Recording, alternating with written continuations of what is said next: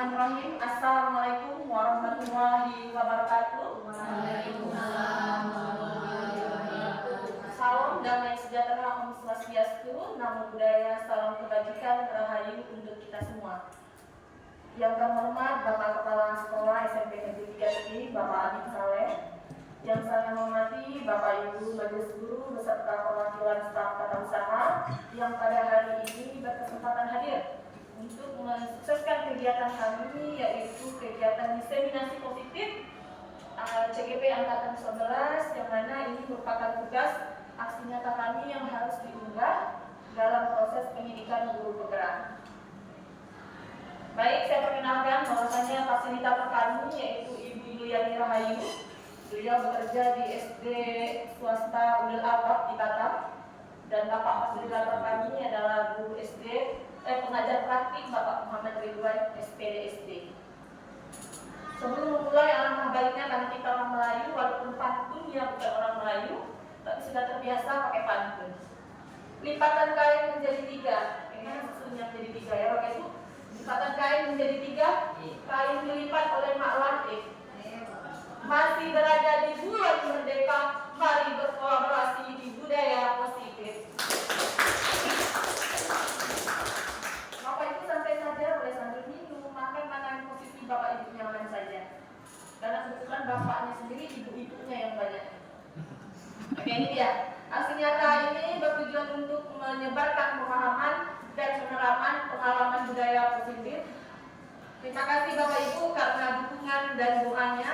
Alhamdulillah sekarang kami sudah memasuki 2 bulan belajar pendidikan guru bergerak dan menghabiskan 1 modul, di mana 1 modul ini ada 4 bagian. Ini merupakan modul yang terakhir 1.4. Di mana presentasinya nanti 5 menit kita tadi perkenalan pembukaan, 40 menit kita saling menguatkan atau penyebaran materi praktik baik, nanti 10 menit tanya jawab, dan 5 menit nanti ada refleksi akhir.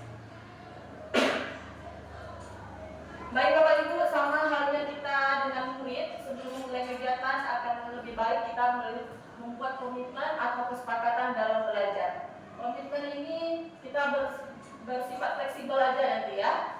Tidak main HP, hadir seutuhnya, bahwasanya kita hadirkan diri kita di sini memang niat untuk menerima apa yang akan kami sampaikan. Menghargai waktu bersama, memang kalau jika ada catatan-catatan penting silakan dibuat, silakan angkat tangannya jika ingin bertanya. Terus biasa, gangguan teknis itu merupakan hal yang biasa. Ini kompetisi lulusan untuk kegiatan pada hari ini. Modul ini diharapkan berkontribusi untuk menerapkan kompetisi lulusan, di mana bisa guru memahami pentingnya mengetahui kebutuhan belajar dan lingkungan yang memfasilitasi seluruh individu di sekolah agar dapat meningkatkan kompetisi secara aman dan nyaman. Guru juga dapat menggerakkan komunitas sekolah untuk bersama-sama mengembangkan mewujudkan visi sekolah yang berpihak pada murid. Baik Bapak Ibu, sekarang tenangkan hati dan pikirannya, coba kalem, fokus semuanya. Arahkan semua perhatiannya untuk fokus belajar, hadirkan rasa ingin tahu. Pada hari ini, bahwasanya ini hal-hal yang baru, karena jujur saya juga merasakan ini merupakan pengetahuan baru untuk saya dan mudah-mudahan bisa kita terapkan bersama. Sebelum kita memulai materi hari ini, apakah Bapak dan Ibu-ibunya semuanya setuju jika yang pertama, hukuman dapat mendisiplinkan anak? Yang kedua, pemberian hukuman dengan hal yang positif seperti membaca atau membersihkan halaman sekolah dapat meningkatkan disiplin anak. Karena selama ini kan, kalau memang dia terlambat, kita beri hukuman untuk membersihkan WC misalnya. Apakah setuju bahwa hukuman itu merupakan hal positif? Memberi penghargaan dapat meningkatkan motivasi belajar anak selama ini. Silakan Bapak Ibu jawab di dalam hati Bapak Ibu masing-masing. Karena jawaban ini akan Bapak Ibu temukan nanti di materi-materi yang akan saya sampaikan. Baik Bapak Ibu, banyak sekali topik dalam budaya positif yang akan disampaikan nantinya. Mulai dari perubahan paradigma belajar, disiplin positif, kebutuhan dasar manusia, motivasi perilaku manusia, posisi kontrol, keyakinan kelas, dan segitiga restitusi. Semua ini adalah hal baru, walaupun saya yakin dan percaya di dalam pembelajaran Bapak Ibu sudah terapkan sebenarnya. Mungkin namanya saja yang berbeda. Oke, kita mulai yang pertama, yaitu perubahan paradigma belajar, disiplin positif, dan kebajikan universal. Baik Bapak Ibu, coba kepalkan tangan Bapak Ibu. Seolah-olah kita sudah mencabik atau mensobek sebuah kertas. Kalau Bapak Ibu kan kiri kanan nih. Kita coba, Bapak Ibu seolah-olah sudah membayangkan bahwasanya Bapak Ibu itu sudah menyimpan sesuatu yang paling berharga pada diri Bapak Ibu. Simpan mau di kiri, mau di kanan. Boleh nih, berdampingan berdua-berdua. Kiri kanan kira-kira nih. Rifa pilih tangan mana yang Rifa akan simpan rahasia Rifa yang tak boleh orang tahu. Segala daya upaya yang bahwasanya nanti saya akan tahu. Kita akan kepo apa isinya. Benda berharga apa nanti yang ada di sebelah kanannya. Anggaplah Rifa A, saya B. Pilih salah satu misalnya disimpan yang tempat berharganya. Kira-kira apa yang akan kita lakukan supaya kita bisa Rifa ini membuka kepala tangannya. Sementara itu ada benda berharga. Apa yang kita lakukan? Bisa saja kita membujuk, merayu, ayo Rifa, enggak pajak pemakan. Rifa, hanya aku saja. Hanya saya aja yang boleh tahu. Rifa, ayo Rifa, bahkan menghardik. Kok kalau tak kasih tahu kan dengan kok ya? Bahkan semua rahasia. Seperti itu kan bisa saja menghardik atau menunjuk-nunjuk, membujuk, merayu, apa saja. Itu paradigma. Jadi apa yang akan muncul? Ternyata ilusi kontrol kita sebagai guru terhadap murid itu masih suka mengontrol murid. Kita ini hanya sebagai tunjuk-tunjuk aja. Tapi ini nak, teruskan ini nak, pokoknya ibu maunya bersih semuanya. Bahwa kritik dan membuat orang merasa bersalah. Misalnya, nah kalau ini kita kerjakan ibu nanti kena marah kelas sekolah. Nanti tak kena nanti kelas kita yang buruk namanya. Masih kita membuat seperti itu. Atau sebuah muatan positif, efektif dan bermanfaat. Atau kita merasa kita wali kelas punya andil yang besar. Jadi seolah-olah apa yang kata kita ini paling benar. Jadi apa yang kata kita ini anak-anak itu harus ngikut. Ya selama ini Bapak Ibu yang senyum-senyum kayaknya iya ya. Oke, mari kita masuk apa sih sebenarnya disiplin positif. Karena selama ini tuh kita nggak tahu, apalagi di sekolah kita ini terkenal kegiatan religinya atau impaknya sudah kita lakukan. Kalau Bu Rebecca kalau mendengar kata disiplin itu apa Bu? Disiplin. Iya, tindakan tepat waktu artinya patuh ya. Disiplin artinya kepatuhan, lebih ke peraturan selama ini. Tetapi disiplin positif ini mengacu pada proses belajar. Ini Bapak Ibu. Disiplin dari yang memiliki tanggung jawab terhadap apa yang dilakukan. Tentunya disiplin ini muncul dari dalam diri kita atau dari luar. Ada dua motivasi nanti yang mempengaruhinya. Boleh dari luar atau dari dalam kita. Selama ini kita ini datang ke sekolah karena memang ada aturannya atau keinginan dari kita aja untuk mengapresiasi diri kita bahwasanya kita memang wajib datang lebih awal. Ya, maka dia sebagai pendidik kita menciptakan yang memiliki disiplin diri sehingga mereka berperilaku mengacu kepada nilai-nilai kebajikan dan memiliki motivasi intristik. Intristik adalah motivasi dari dalam perubahan perilaku ke arah yang lebih baik. Ini dia pengertian dari disiplin positif. Nampak Bapak Ibu? Merupakan salah satu cara penerapan disiplin yang bertujuan untuk menumbuhkan kesadaran serta memperdayakan peserta didik tanpa imbalan atau penghargaan. Jadi kalau bicara masalah penghargaan ini saya masih pakai ini Bapak Ibu. Setelah mengetahui materi ini, pelan-pelan saya ubah. Karena ternyata kalau kita memberi apresiasi penghargaan akan muncul nanti dampak-dampak negatifnya. Nanti akan kita bahas. Ini dia nilai-nilai kebajikan. Nah, kita kenal biasanya nilai-nilai kebaikan atau karakter kita.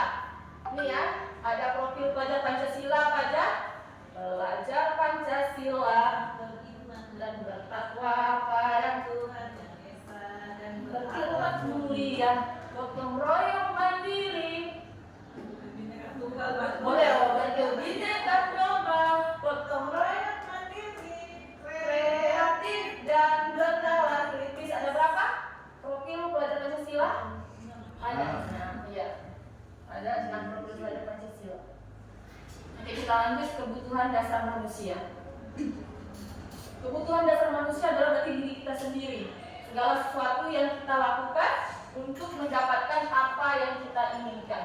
Bahwasanya seluruh tindakan yang kita buat selama ini tentu mempunyai mempunyai tujuan tertentu. Ada tidak Bapak Ibu yang berbuat nggak ada tujuan? Pasti semua memiliki tujuan kenapa bisa kita lakukan hal itu. Ini dia. Apa Bapak Ibu sebelumnya sudah tahu 5 kebutuhan dasar manusia? Mungkin sudah. Makan, minum kita tahu kebutuhan kita makan, minum, apalagi ibu-ibu shopping, belanja, peralatan dapur gitu ya kan? Ini dia. Ternyata kami belajar ada 5 nih. Bertahan hidup ini dia. Makanan, pakaian, tempat tinggal, keamanan, kesehatan, kasih sayang, rasa diterima. Ini dipedulikan, berbagi, menjadi bagian dari kelompok. Penguasaan, adanya harga diri, keinginan untuk dianggap, memimpin. Ini biasanya kalau penguasaan ini lebih ke anaknya ini, yang suka ngatur-ngatur nih. Kalau di murid ya, yang suka mengatur-ngatur bahwasanya harus dengar kata-kata dia. Dialah leadernya, yang lain ikut saja. Kebebasan, ternyata anak-anak kita memiliki kebebasan. Dia pengen mandiri, dipercaya, bahwasanya dia bisa berbuat hal itu. Kesenangan, dia lebih suka kalau belajar sambil main-main, senang, speaking gitu ya. Ada 5. Bertahan hidup, kasih sayang, penguasaan, kebebasan, dan kesenangan. Ini dia tadi sudah saya singgung sedikit bahwasannya motivasi perilaku manusia tadi ada 2. Yang pertama adalah dari luar, berarti ekstrinsik. Kalau dari dalam, yang tumbuh dari dalam diri kita adalah ekstrinsik. Apa contohnya? Ini dia. Yang pertama ekstrinsik berarti dari luar. Apa yang akan terjadi apabila saya tidak melakukannya? Tapi kan timbul kita berpikir kalau kita tidak melakukannya, apa yang akan terjadi? Berarti ada sesuatu yang diharapkan. Berarti ada motivasi dari luar. Apalagi, apa yang akan saya dapatkan apabila saya melakukannya? Ini pasti janji-janji dengan reward, imbalan, penghargaan, apresiasi. Itu mungkin. Tapi kalau dari dalam, intrinsik, saya akan menjadi orang yang seperti apa jika saya melakukannya? Berarti kita mengapresiasi diri kita sendiri. Oh, ternyata aku bisa loh datang tepat waktu, bisa ternyata mengerjakan tugas walaupun salah. Itu dia. Ada dari dalam, ada dari luar. Jadi menurut Ki Hajar Dewantara itu, merdeka itu bukan hanya kita memberi arahan atau memberi perintah kepada orang lain, tetapi cara untuk memerintah diri kita sendiri. Itu maksud filosofi Ki Hajar Dewantara, di mana Bapak ini merupakan Bapak Pendidikan Nasional. Ini dia. Ini mungkin hal baru kalau hukuman penghargaan dan biasa. Ternyata Bapak Ibu, konsep disiplin dengan hukuman penghargaan itu adalah identitas gagal. Bahwasanya selama ini masih kita lakukan apa? Kita belajar untuk merubah, bukan harus merubah seluruhnya, tapi pelan-pelan. Karena kita masih pakai nih, hukuman itu bisa menyakitkan. Jadi kadang-kadang kita kalau udah marah-marah, Bapak Ibu mohon maaf, kadang macam-macam semua yang kita sebut, sehingga menyinggung perasaan murid kita, sehingga menyakitkan bagi dia, timbul rasa dendam dengan dia terhadap kita, tidak nyaman, terus murid takut jumpa kita, memaksa, malah dia mungkin makin berontak, dia makin melawan. Contohnya saja kalau kita bariskan luar biasa kan Bapak Ibu, emosi kita dibuatnya. Ya, murid menjadi rendah diri, tak akan mau jumpa kita nanti, tak mau dikasih tahu. Karena terus diberi hukuman. Apalagi terkesan memaksa, harus dibuat. Tetapi anak kita dikasih hukuman, tetap juga membuat seperti itu. Jadi PR untuk kita semua. Ya, pelan-pelan. Penghargaan ini bisa diberikan, ternyata rupanya tidak efektif. Selama ini masih saya lakukan, memberi apresiasi kecil kepada anak, masih saya lakukan. Pelan-pelan kita akan merubahnya.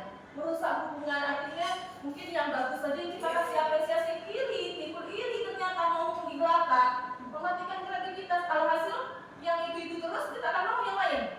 Dan menganggap saya diri ya, dalam pasti dia juga yang dapat. Dia sendiri yang menimbulkan itu, menghukum dengan sistem ranking. Makanya selama ini kurikulum Merdeka tidak dibenarkan menulis ranking di dalam rapor. Jadi kecuali memang kalau orang tuanya yang ingin menyebutkan legernya, tanya langsung aja sama wali kelasnya, tapi tidak dibacakan.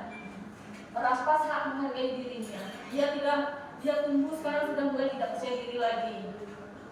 Oke. Apa yang sukses, ternyata identitas sukses adalah konsekuensi dan restitusi.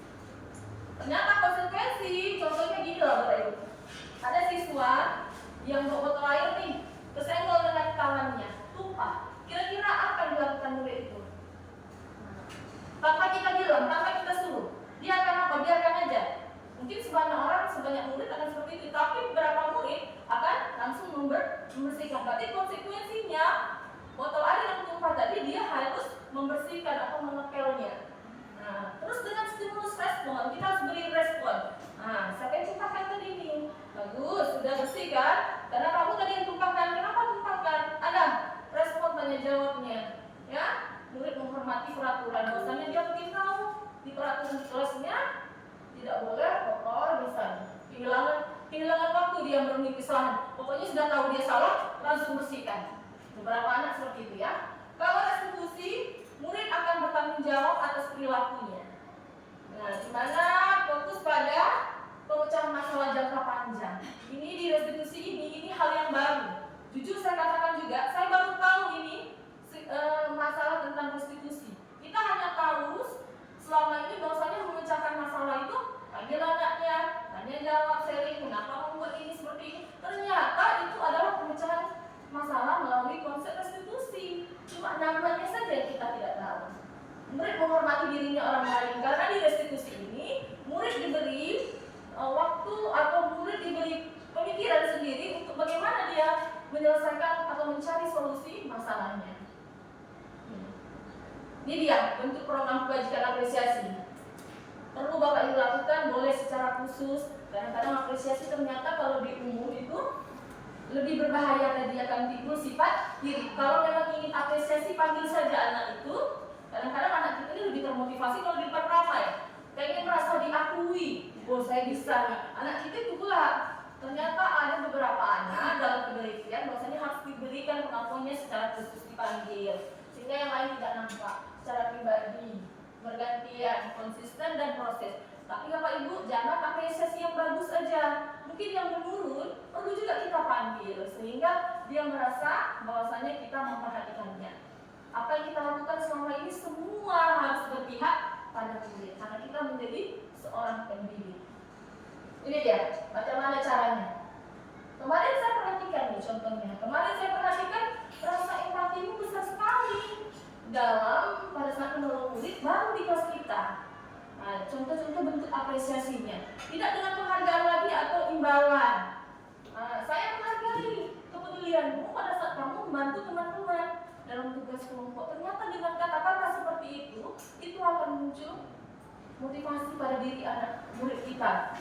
Terima kasih ya untuk rasa tanggung jawabnya karena hari ini Ibu lihat kelasnya bersih sekali. Nah, mungkin akan jadi Ibu ini mengapresiasi bahwasanya apa yang dilakukannya itu. Kalau kita ingat ya, semester akhir itu akan nilai. Siapa anak-anak Ibu yang pikirnya kelasnya bisa menjaga kebersihan akan ada reward nantinya. Atau pastikan nih, Ibu mau 1 bulan ini semuanya hadir. Dulu saya sebelum mengenal ini saya pakai kayak gitu. Ibu mau nak? Kebetulan pas 86 itu tak pernah absennya mulus. 56. Ibu mau tengok, dalam 1 bulan ini, bulan Agustus ini harus hadir kita makan-makan.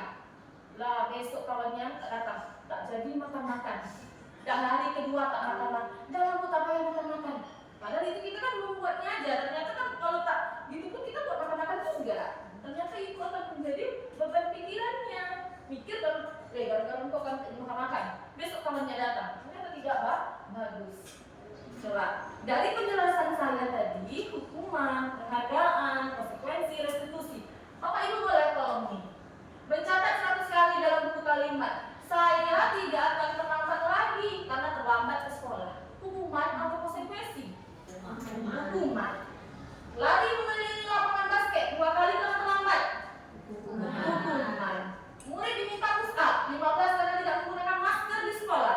Hukuman. Bagus, kayaknya sudah paham ya. Atau pernah nih, kayaknya melakukan ya. Menggantikan kertas tugas teman yang telah dicoret-coret. Konsekuensi karena dia telah dicoret-coret. Membersihkan tumpahan air di meja. Oke, konsekuensi. Murid disuruh untuk mengenakan sepatu. Karena tidak mengenakan sepatu hitam. Hukuman. Ini kayaknya rancu ya. Lari mengelilingi lapangan basket 2 kali karena terlambat 10 menit untuk pembelajaran PJOK. Hukuman. Kita lihat betul tidak jawaban Bapak Ibu tadi. Oke, maaf. Ini dia.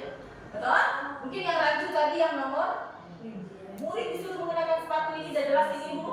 Hukuman. Konsekuensinya mungkin saja seperti apa Bapak Ibu konsekuensinya? Dilepaskan sepatunya, suruh pakai sendal. atau dosa pakai sepatu. Konsekuensinya. Kalau bapak ibu, kalau anak tak mengerjakan tugas, bapak ibu kasih hukuman atau konsekuensi? Masih hukuman ya. Pelan-pelan kita ubah. Iya. Oke, lanjut. Ini akan ada hubungannya dengan restitusi. Ini yang saya katakan tadi, bahwasanya ini hal baru, restitusi. Proses menciptakan kondisi bagi murid untuk memperbaiki kesalahan mereka sehingga mereka bisa kembali pada kelompok mereka dengan karakter yang lebih hebat atau lebih kuat. Mengajarkan mereka untuk mencari solusi mereka dari apa perbuatan yang mereka lakukan sama-sama. Kita hanya memfasilitasi saja. Dengan cara seperti apa yang kita lihat. Ini dia, ternyata hebatnya restitusi itu. Restitusi itu bukan menebus kesalahan, tapi kita belajar dari kesalahan. Restitusi adalah memperbaiki hubungan. Dia merupakan tawaran, bukan paksaan. Kalau hukuman memaksa. Restitusi menuntut untuk melihat ke dalam diri peserta didik lebih dalam lagi, mencari kebutuhan dasarnya adalah cara yang paling baik. Fokus pada karakter, bukan tindakan. Bukan karena masalah yang dia lakukan, tapi mengapa dia lakukan hal itu. Fokus pada solusi, mengembalikan murid yang berbuat salah pada kelompoknya. Bukan selama ini dijauhi, tapi kita ada bersama dia. Ini dia perbedaannya tadi. Hukuman, contoh nih ya, siswa tidak mengerjakan PR ini. Ini yang simpel saja karena memang rata-rata anak suka mengerjakan PR. Membuat PR pun di sekolah. Tak dikasih PR tak belajar. Ya kan? Kasih PR tidak mau membuat. Kadang-kadang PR-nya tinggal salin saja, tapi tidak juga membuat. Guru menghukum siswa hormat bendera selama 30 menit. Dulu nih zaman-zaman SD saya seperti ini nih. Hormat bendera. Kalau kita nih biasanya buat PR-nya di luar dari kelas. Guru marah sehingga murid takut. Ternyata ini efeknya. Muridnya takut. Konsekuensi. Guru memberikan konsekuensi bahwasanya PR itu boleh dikerjakan di jam istirahat atau jam pulang sekolah, pas selesai istirahat sholat, boleh dikerjakan, nanti dikumpulkan ya, atau mau dibuat secara 3 kali lipat. Tapi ini kalau dibuat pun 3 kali lipat, yang satu saja tidak dikerjakan. Iya, yang penting dia kerjakan saja dulu. Konsekuensinya ya, guru tegas, akhirnya murid menghormati peraturan yang telah kita buat. Restitusi, kita tanya dulu. Dan kita sebelum mengajar ini membuat kesepakatan ke kelas atau komitmen kalian dalam belajar pelata pelajaran. Menyelesaikan masalahnya. Terus guru terbuka tanya sehingga murid menghormati dirinya dan guru orang lain. Ini dia. Ini paling penting. Dalam penyelesaian masalah restitusi itu, kita tahu di posisi diri kita ini guru kontrolnya sebagai apa. Ada 5 ternyata. Walaupun selama ini kayaknya semua kita ada nih. Mulai dari sebagai penghukum, guru yang suka menghukum. Nah, kamu ini terlambat. Udah berapa kali dah? Jadi kamu cuci WC, bersihkan WC. Ya kan? Terlambat kamu, kalau kamu sampahnya banyak sampah kamu cuci hingga bersih. Ya, penghukum. Membuat orang merasa bersalah. Nah, kamu tak kasihan dengan ibu. Nah, ibu asik udah tegur terus dengan guru mapel. Asik kau yang terlambat. Asik kamu aja. Asik kamu.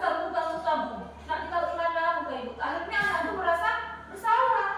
Enggak, ibu ya marah pula, kena tegur gitu. Merasa posisi teman. Nah, ini sering saya lakukan. Ternyata posisi teman ini masih kurang efektif. Anak-anak di sini atau anak-anak mungkin di luar sana menganggap posisi teman ini karena dekat dengan kita malah melunjak. Karena kita baik dengan dia. Dan dia malah kalau kita yang masuk malah santai, tak mau memperhatikan. Ternyata belum efektif. Posisi memantau, hanya mantau aja.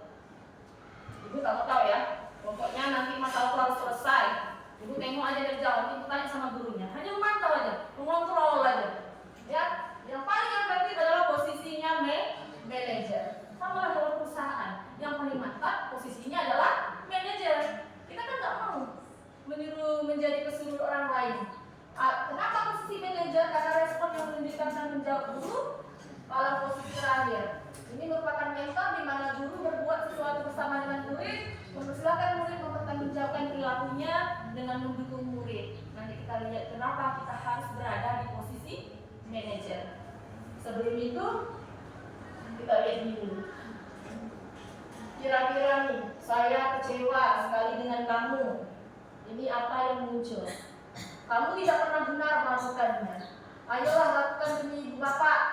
Apakah kamu mendapatkan stiker bintang hari ini? Ini pertanyaan siapa yang mengatakan ini? Nih, udah terbuka ya? Ya, saya kecewa sekali dengan kamu. Timbul pembuat rasa bersalah kepada muridnya tadi. Kamu nih ya, tidak pernah benar melakukannya. Kita seolah-olah menghukum murid. Ayolah, lakukan demi ibu bapak nak. Ibu capek nak, tolong nak, tolong. Gitu pula yang kita tolong sama murid itu kan? Karena kita berharap dia bisa mendengar kita di posisi teman. Tapi banyak bapak ibu di posisi teman ini banyak juga yang berhasil. Tapi yang lebih efektifnya posisi manajer. Apakah kamu mau mendapatkan stiker bintang hari ini? Mantau aja. Tapi tak pernah didampingi. Asik pantau aja ya. Bagaimana kamu bisa menyelesaikan masalah ini? Kita beri stimulus pertanyaan kepada dia sehingga dia berpikir apa yang akan lakukan. Ini lebih ke mandiri nih kayak ini ya. Anak-anak itu mandiri. Kamu selalu yang paling terakhir menghukum. Kalau merasa bersalah bisa juga. Kamu ini yang selalu jadi terakhir. Malu ibu. Pada bilang malu itu ibu rasa bersalah boleh. Saya, Pak Ibu, pada lagi videonya ya. Oke nih. Oh itu nanti penerapan berarti. Kalau nonton takut tidak bisa. Jadi setelah timbul tadi adanya keyakinan kelas, penghargaan hukuman, mengapa sih kita tidak peraturan saja? Sekarang harus dibuat keyakinan kelas. Boleh buat peraturan, tapi kita turunkan lagi menjadi kesepakatan kelas dan diyakini menjadi keyakinan kelas. Apa sih bedanya peraturan, keyakinan kelas atau kesepakatan kelas? Kalau peraturan mungkin dimanage oleh sekolah dengan warga sekolah, gurunya ya, hanya sebatas peraturan. Tapi biasanya kalau peraturan itu lebih ke kalimat-kalimat negatif, dilarang, tidak boleh. Ya kan banyak kata-kata yang negatif. Kalau kesepakatan kelas, turunan dari peraturan kelas menjadi kalimat yang positif, datang tepat waktu. Keyakinan kelasnya apa? Disiplin, kayak gitu. Contohnya ya, menghubungkan antara ini. Contoh nih, mengapa kita memiliki peraturan harus menggunakan helm bila mengendarai sepeda motor? Kenapa Bapak Ibu? Karena peraturan bahwasannya kita takut ditilang polisi? Atau karena ingin selamat? Selamat. Berarti Bapak Ibu sudah muncul motivasi intristik pada dirinya karena ingin adanya keselamatan. Mengapa kita memiliki peraturan 3M? Waktu zaman Covid nih ya, menggunakan masker, mencuci tangan, menjaga jarak. Demi apa Bapak Ibu? Demi peraturan dulu. Iya, demi menjaga kesehatan kita. Ternyata ini kembali lagi kepada keyakinan yang muncul pada diri kita atau motivasi intristik. Ini dia keyakinan kelas. Nah saya singgung tadi ya keyakinan kelas. Mana contohnya keyakinan kelas? Nah, ini apa yang muncul dari selalu kembalikan buku ke tempatnya. Keyakinan kelas apa yang muncul? Selalu mengembalikan buku ke tempatnya. Bertanggung jawab mengembalikan buku. Dilarang mengganggu orang lain. Dilarang mengganggu orang lain. Menghormati. Hadir di sekolah 15 menit. Ini boleh juga disiplin nih, menghormati orang lain atau komitmen sama. Dilarang melakukan kekerasan. Ini keselamatan, menghormati orang lain. Menggunakan narkoba. Dilarang menggunakan narkoba. Ini peraturan ya, makanya masih kalimat negatif. Kesehatan. Pergantian atau menunggu giliran. Jelas saling menghormati. Gunakan masker, masih kesehatan dan keselamatan. Jangan berlari di kelas atau koridor, ini keselamatan dan keamanan. Jadi bagaimana cara kita membentuk keyakinan kelas itu? Ternyata keyakinan kelas itu sangat-sangat penting, yang bersifat abstrak, lebih terperinci, dia sederhana tapi menyangkut semuanya. Bapak Ibu boleh buat di kelas, saling menyayangi, berarti dia tidak boleh ada persikolan dalam kelas misalnya, tidak ada iri-iri gitu. Berupa pernyataan universal yang umum saja. Saling menghargai, saling tolong-menolong, kelas nyaman, berarti itu lebih kebersihan ya. Ikut berkontribusi dalam membuatnya, jangan semua dari kita. Ajak murid-muridnya berpikir mau seperti apa dalam proses pembelajaran Bapak Ibu semuanya. Ini contoh keyakinan kelas yang sudah dilakukan. Ini keyakinan kelas, agak lebih simpel. Kalau kesepakatan kelas ini saya rasa semua udah buat. Kita perincikan lagi menjadi lebih rinci. kita gitu. Ini kan macam ini budaya 5S, nah, boleh, itu boleh keyakinan. Karena pun kita di sekolah pun udah ada peraturannya nih. Mungkin saling sopan santun 5S tadi ya. Ini tertib saat belajar mengajar. Mungkin ini masih salah nih keyakinan kelasnya nih. Karena ada kalimat negatif, tidak berkata kotor. Seharusnya tidak boleh lagi ada tulisan kalimat negatifnya, harus positif. Ganti apa bagusnya? Sopan, maksudnya ini sudah masuk di sopan santun. Ini nggak usah lagi seharusnya. Oke dia. Terakhir segitiga restitusi. Segitiga restitusi ini yang tadi dari singgung-singgung sebelumnya adalah hal yang baru. Ternyata dalam pemecahan masalah kita menggunakan 3 segitiga restitusi. Yang pertama kita stabilkan dulu identitasnya. Kenapa kamu membuat hal seperti itu? Ibu tahu kok, semua manusia itu tidak sempurna, pasti melakukan kesalahan. Dulu seperti itu kok. Kita lebih menimbulkan identitasnya seperti apa. Terus kita stabilkan tindakannya, validasi tindakannya. Kenapa kamu buat seperti itu? Ada apa? Ceritakan kan? Baru kita tanya keyakinan. Bahwa sebelumnya kita sudah buat keyakinan kelas tadi. Keyakinan kelas kita seperti apa? Kalau dia tidak mengucapkan PR, kan harus disiplin mengerjakan tugas. Ini dia. Ini dia nih. Kalau untuk identitas nih, guru berkata, berbuat salah itu hak manusiawi. Tidak ada manusia yang sempurna. Bapak Ibu juga buat salah. Kita pasti bisa menyelesaikan masalah ini kok. Bapak Ibu tidak tertarik untuk mencari tahu siapa yang benar, siapa yang salah. Bapak Ibu lebih tertarik untuk menyelesaikan masalah. Kalau kamu menyalahkan dirimu sendiri terus-menerus, apakah kamu bersikap baik pada diri sendiri? Kita sudah lakukan nih. Saya yakin dan percaya Bapak Ibu sudah praktekkan. Cuma tidak tahu ini tahap yang mana atau terbalik-balik. Mungkin ini yang terakhir. Yang pertama kita keyakinan. Nah, kita lakukan, saya yakin. Ini dia tindakan, validasi tindakan atau kebutuhan. Kamu bisa saja kan melakukan hal yang lebih buruk daripada ini, tapi kamu tidak lakukan. Kenapa kamu melakukan hal ini? Kamu kasih penjelasan kenapa kamu melakukan itu. Apa yang penting bagi kamu? Ini hanya contoh pertanyaannya saja ya. Maukah kamu belajar cara lain untuk mendapatkan yang kamu butuhkan? Adakah ini dia timbul, dia menyelesaikan masalahnya sendiri? Atau kamu bisa melakukan dengan hal yang lebih baik lagi besok lagi? Atau kamu tetap dengan konsisten dengan perilaku kamu hari ini? Nah, baru kita timbulkan keyakinan kelas yang kita sudah buat sebelumnya. Apa nilai yang kita percaya di kelas di sekolah? Kita kan sudah buat nih keyakinan kelas. Apa yang kamu langgar? Kamu sudah melanggar ini loh. Kamu nggak sadar. Kelas ideal itu seperti apa sih? Kamu ingin anak seperti apa? Ini yang terakhir. Jadi kadang-kadang kita udah marah, ini yang pertama. Kamu mau seperti apa sih? Ibu udah capek. Kamu harus kayak mana? Ibu harus kayak mana? Coba kasih solusi. Coba kasih solusi. Jadi kita seperti itu kan menghadapi murid. Apa yang kamu rasakan ketika kamu melakukan itu? Kamu mau menjadi orang seperti apa? Ini dia menanyakan ya.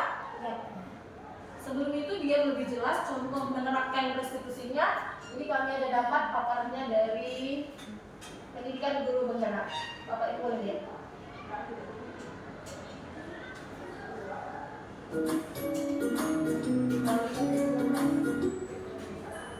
Salam dan bahagia Ibu dan Bapak guru hebat. Pada video kali ini kita akan membahas tentang salah satu program disiplin positif yang diterapkan di lingkungan sekolah yang dikenal dengan nama restitusi.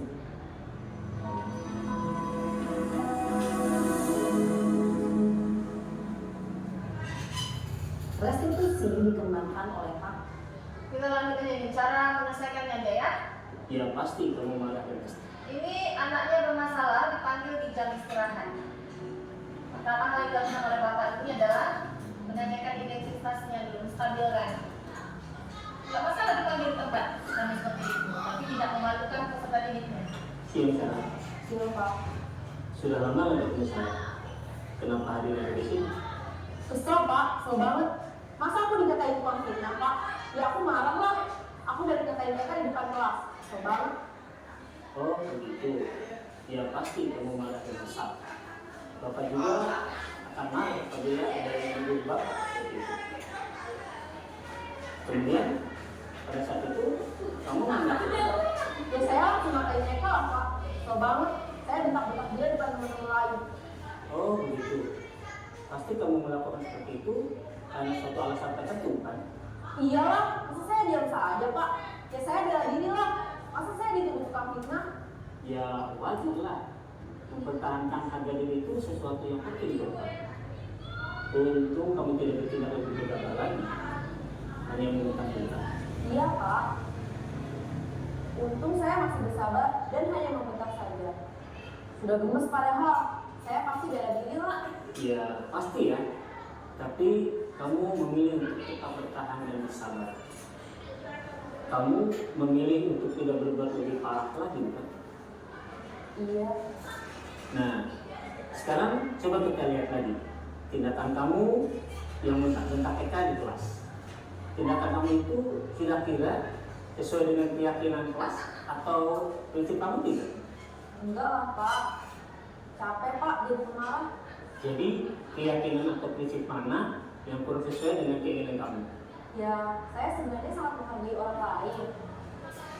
Mungkin saat itu saya menjadi emosi, jadi tidak menunjukkan sikap itu. Kamu meyakini tidak? Menghargai orang lain itu penting buat kamu. Yakinlah Pak. Iya, setuju. Kita harus saling menghargai. Namun, ada juga keyakinan yang kita sepakati yang perlu kita jalankan apabila kita sedang marah, kan? Ya, saya bisa lebih proaktif, mulai dengan diri sendiri. Saya bisa jadi lebih sabar, mengambil waktu juga untuk berpikir mau apa selain itu. Kira-kira kamu bersedia memperbaiki masalah ini tidak? Bersedia Pak. Kalau kamu memperbaiki masalah ini, kamu akan menjadi orang seperti apa? Saya akan menjadi orang yang bertanggung jawab kali ya Pak. Dan senantiasa proaktif. Iya, menurut kamu bagaimana rasanya menjadi orang seperti itu? Ya nyaman lah, bangga bisa bersabar dan bertahan diri. Baiklah kalau begitu. Yuk kita pikirkan bagaimana memperbaiki masalah ini. Oke, ternyata Bapak ini hanya menimbulkan pertanyaan saja. Yang berpikir siapa di dalam muridnya atau siswanya? Dia hanya menyebutkan saja sehingga nanti muncul pertanyaan-pertanyaan itu yang akan jadi jawaban solusi untuk menyelesaikan masalah. Bapak Ibu sejenak kita intervensi diri kita selama 30 detik. Apakah selama ini kita ingin berbuat lebih baik? Apakah kamu atau Bapak Ibu semua ini sedang menjadi orang yang sedang Bapak Ibu inginkan? Silakan renungi sendiri di dalam hati. Pikirkan apakah selama ini kita sudah mengubah kegiatan atau perilaku menjadi sikap yang lebih membantu? Atau apakah wajar membuat kesalahan itu? Iyalah, karena setiap manusia pasti ada titik salahnya. Apakah saat ini kamu sudah siap untuk memulai? Ini kapan kita untuk mulai melakukan perubahan? Peraturannya apa? Kita yang membuat. Sepertinya kalau kita punya masalah, saya bisa bantu apa? Kalau teman atau murid kamu punya masalah, kita sebagai pendidik bisa bantu apa? Apakah saya bisa bantu agar dapat segera dimulai atau memulai tindakan perubahan yang baru? Bagaimana kita ingin melakukan pada masalah ini atau kegiatan ini? Bisakah kita melakukannya? Atau peraturannya seperti apa? Itu saja tadi materi yang sudah saya sampaikan. Semoga apa yang disampaikan tadi ini bisa bermanfaat. Sebelum saya tutup, mungkin ada yang ingin menanggapi apa yang ingin saya sampaikan, yang sudah saya sampaikan tadinya. Boleh? Nanti silakan raise hand. Oke, oke Kak, Bu Isma, menanggapi Bu. Ya, menanggapi. Silakan. Kedengaran Pak, volumenya. Tes volumenya.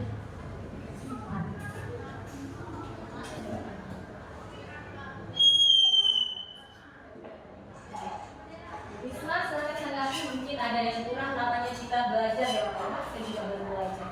Ya baik Bu Anis, yang ingin saya sampaikan untuk Bu Anis, terima kasih pertama sekali karena sudah menyampaikan materi dengan baik dan sangat jelas tentang budaya positif. Tentunya materi ini sangat bermanfaat untuk kami di sini sebagai tenaga pendidik. Dan juga semoga apa yang disampaikan ini akan menjadi ladang amal bagi Ibu, dan ini bermanfaat bila kami terapkan, aplikasikan kepada siswa-siswa di sekolah ini. Dan harapan saya semoga pada pelaksanaan proses PDP ini semua berjalan lancar, dimudahkan untuk Bu Anis. Amin. Terima kasih Bu Isma. Beri tepuk tangan kepada Bu Isma. Terima kasih ya. Ini hal yang harus dilakukan bukan hanya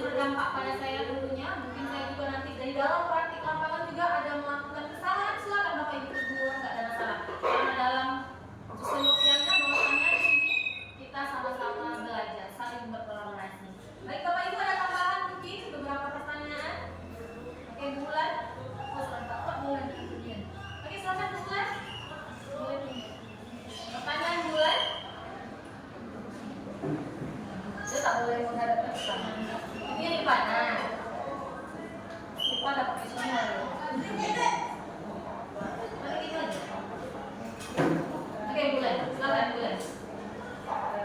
Langsung saja saya ke pertanyaannya. Di sini saya masih bingung membedakan antara kesepakatan dan keyakinan kelas. Tidak menjelaskan. Ulang lagi ya. Atau Bapak Ibu bisa menjelaskan kesepakatan dengan keyakinan kelas? Apa bedanya sih kesepakatan dengan keyakinan kelas? Kalau dilihat itu macam sama saja. Mungkin kalau kesepakatan kelas itu turunan dari peraturan-peraturan, tapi peraturan itu kalimat negatifnya diubah menjadi kalimat positif. Sementara keyakinan kelas adalah kesepakatan turunan dari kesepakatan kelas yang sudah diyakini oleh murid dan guru-guru tentunya. Contohnya tadi datang tepat waktu. Apa keyakinan kelasnya? Mungkin disiplin atau menjaga kebersihan, membuang sampah pada tempatnya, saling tolong menolong boleh, saling menghargai boleh, menghormati, karena dia kan situ ada tiketnya. Boleh Bulan? Mungkin ada tambahan Bapak Ibu mungkin masih kurang. Boleh Bulan? Boleh. Terima kasih Bulan. Ini kurang pada Bulan loh. Mantap nih Bapak Ibu hebat. Maka ada lagi pertanyaan mungkin? Oke Budian. Budian kayaknya tidak tersabar betul ya. Ini calon pura juga untuk berikutnya ya. Rena Melati. Oke, silakan Budian. Assalamualaikum warahmatullahi wabarakatuh. Waalaikumsalam warahmatullahi wabarakatuh. Terima kasih Bu Anji atas kesempatan yang Tuhan berikan. Saya ingin bertanya, bagaimanakah langkah awal atau apa saja yang akan diterapkan mengenai budaya positif di sekolah kita? Mungkin hanya itu saja. Terima kasih. Nah, berarti langkah awal. Pasti tentunya terima kasih ya Budian. Tentu langkah awal yang saya harus lakukan pertama saya harus merefleksi diri saya, muhasabah diri saya. Kira-kira selama ini apa yang saya lakukan itu masih banyak kata-kata kurangnya, atau yang tindakan yang masih salah yang harus saya perbaiki sebelumnya, mengubah mindset saya dulu. Yang kedua, kita sudah tahu bahwasanya sekolah kita sudah memiliki visi yang dimana di dalamnya sudah mewujudkan peserta didik yang berpihak kepada murid melalui profil belajar Pancasila. Kita sudah dibantu dengan menerapkan budaya 5S, kegiatan ODOA, lanjut literasi. Mungkin dengan peraturan atau program-program sekolah yang ada, kita harus komitmen bersama seluruh warga sekolah. Yang bagus harus kita tingkatkan, yang masih kurang seharusnya harus sama-sama kita perbaiki. Tentu ini bukan hanya kerja saya sendiri saja, saya butuh dukungan kepala sekolah, bapak ibu semuanya, dan terutama para murid peserta didik semuanya. Bagaimana menurut Budian? Atau mungkin ada tambahan dari guru-guru lain? Cukup? Selanjutnya Budian ada tambahan? Oke, terima kasih. Tepuk tangan untuk Budian. Apakah sudah pas Bapak Ibu? Pas. Kan setiap kegiatan pasti ada refleksi, nggak apa-apa. Nanti refleksi ini saya kirim lewat Gform saja, Bapak Ibu bisa isi lewat Gform. Ya, masalah refleksi. Kira-kira dalam kegiatan ini apa hal baru? Contohnya ya contoh aja. Coba Bu Ripa setelah saya menjelaskan listening budaya positif, kira-kira apa yang Bu Ripa tahu materinya? Materinya itu tentang apa aja? Ya.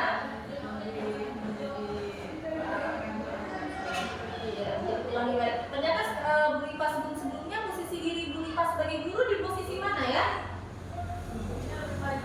Iya, posisi penghukum ya sama. Saya dulu seperti itu juga. Penghukum, rasa bersalah, dan paling terakhir teman. Karena menurut saya dulu menjadi teman itu ternyata paling efektif. Ternyata masih ada. Menjadi posisi manajer. Bapak Ibu, terima kasih atas waktunya yang diberikan. Berdirinya saya di depan ini bukan berarti mengajari Bapak Ibu semuanya. Mungkin saya lebih dulu belajar tentang materi ini. Kami tunggu Bapak Ibu di CGB angkatan berikutnya. Semoga Bapak Ibu bisa bergabung dan sama-sama kita membangun, betul kan Pak? Ya, bisa membangun kepala sekolah, bukan kepala sekolah, membangun sekolah kita lebih baik lagi. Ini dia Bapak Ibu, penutup terakhir dalam penerapan ini hendaknya kita memiliki standar kepribadian. Kita bukan hanya sebagai pendidik, tapi berilah contoh teladan bahwasanya kita memang memiliki keprofesionalan, baik dalam sosial, emosi, mengontrol diri sebagai amo atau manajer untuk peserta didik kita. Pelan-pelan Bapak Ibu, ini tidak dipaksakan, pelan-pelan karena sesuatu yang akan berkontinu itulah yang akan terjadi. Kalau sistem instan memang sulit sekali. Karena dibuka dengan pantun, saya tutup dengan pantun. Jika hendak ke surga, hendaklah hormat kepada ibu